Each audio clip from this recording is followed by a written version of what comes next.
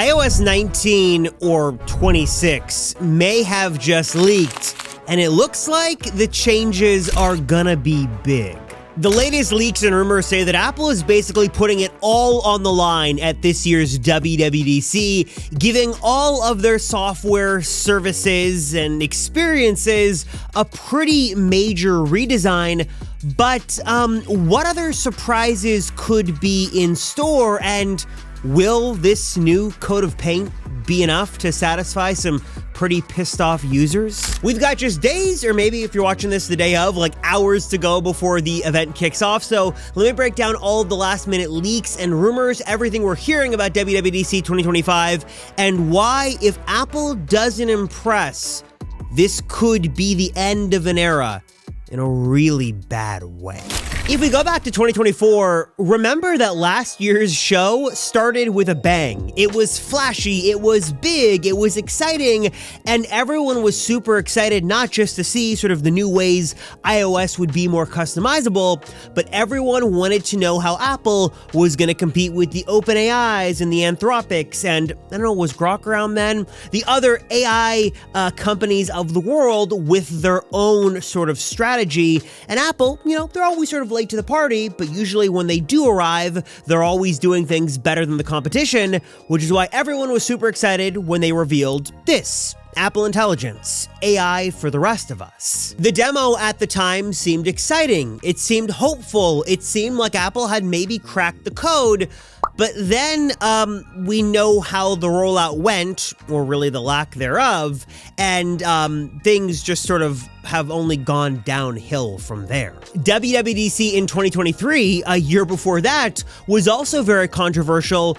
Believe it or not, that is actually when we got the reveal of Vision Pro. Remember, it was the big one more thing, and we were finally excited to see what Apple's plans were for this long-rumored mixed reality headset they had invested billions in. Well, yet again, that wasn't a super happy ending to that story, and that also seemed to be very not well received by many in the Apple community. What's funny, or I guess ironic, is that, WWDC used to be this huge show. This was where Apple would put their best foot forward. It's where we'd get major announcements. We'd get major upgrades to Apple software. We'd get some pretty incredible live demos. And it was always a great opportunity for the Apple community to come together, get excited, and share sort of enthusiasm for what was coming next. And usually, I don't think Apple really ever showed off features before they were done and ready to go, which has become another problem of Apple over the last few years. Just things have really diverged from those glory days and have gotten just really, really messy and complicated, which is why Apple needs to get it right this year. Which sort of leads us to WWDC 2025, where we're supposed to be getting this sleek peek, as Apple says.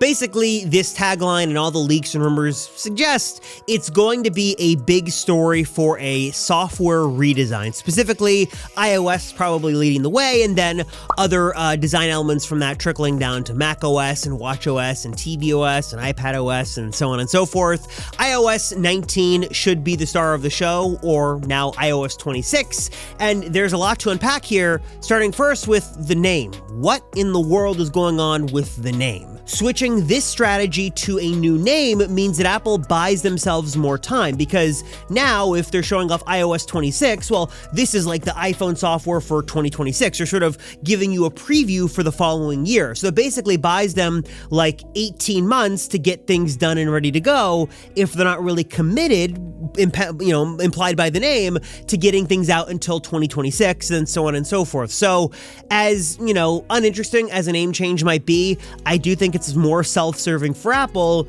than it is trying to sort of clear up any confusion with the naming scheme, because Apple's naming scheme has always sort of not made much sense. But with that being said, hopefully the software rebrand and redesign, it does make some sense. And what we're hearing from all of the leaks and rumors and insiders is that this is supposed to be the biggest iOS redesign we've gotten if not ever, like basically since iOS 7 back in 2013.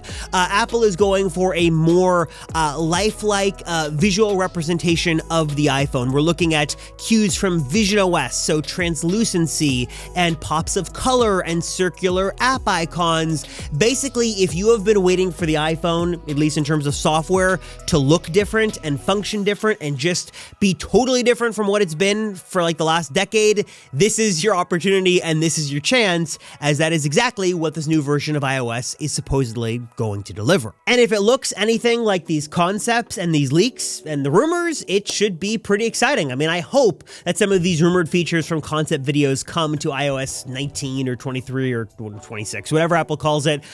We're hearing right now like a couple of main upgrades are coming. Camera apps should be getting some significant attention. We're hearing some music app upgrades could be coming, some lock screen animations could be coming, live transcription in messages for multi-language support.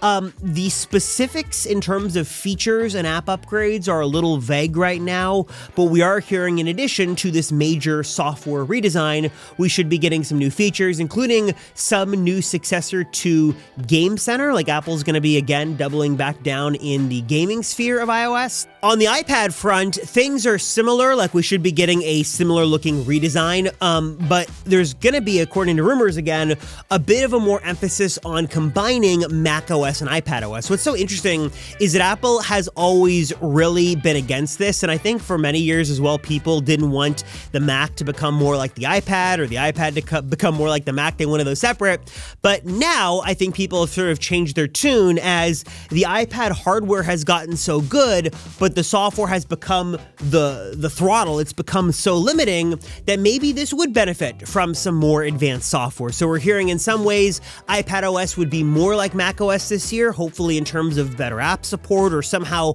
bridging the connection between those two software experiences. And then, like I mentioned, tvOS, macOS, all the other OSs will be getting some updates this year, though specific features, again, aren't really being leaked or being sort of posted online as of right now. So those, for better or worse, will probably remain mostly a mystery until showtime. Now, in terms of what else we could see, that also is sort of a bit of a mystery. Given all the leaks and the rumors, it seems like Apple's really going to spend their time and attention on these OS redesigns, so I wouldn't expect anything crazy. There are some rumors about maybe some hardware surprises. You know, AirTag version 2 has been kicking around in the rumor mill for a while. We were supposed to see that in the spring, and that never happened because we never really got a spring event, so maybe that is a surprise or one more thing we see. Mac Pro also is on older Apple Silicon, so maybe that gets a bit of an upgrade at the show. And then the only wild card I've heard any sort of speculation about could be the HomePad controller thing, the HomePod with the screen. We've heard that Apple wanted to jump more into the smart home market and give us something like a Amazon, or does Facebook make portals anymore? Like some sort of smart home with a screen thing on there. But given the lack of Apple Intelligence functionality, I'm not sure if that's going to be released yet or not, though it is in the rumor mill as something we could see. And then also speaking of that, we've heard that Apple is going to be taking a bit of a gap year in terms of AI announcements, or at least an AI emphasis. I don't know if they could, honestly go the whole show without talking about Apple Intelligence at some point, but I think they're really going to try to steer the direction away from the dumpster fire that is Apple Intelligence until things are back on track. So expect more of an emphasis on redesigns and iOS 26 and all the flashy new stuff, and probably less talk about Apple Intelligence or even any admission that Apple sort of screwed up that rollout, but hopefully we get some improvements on that front soon.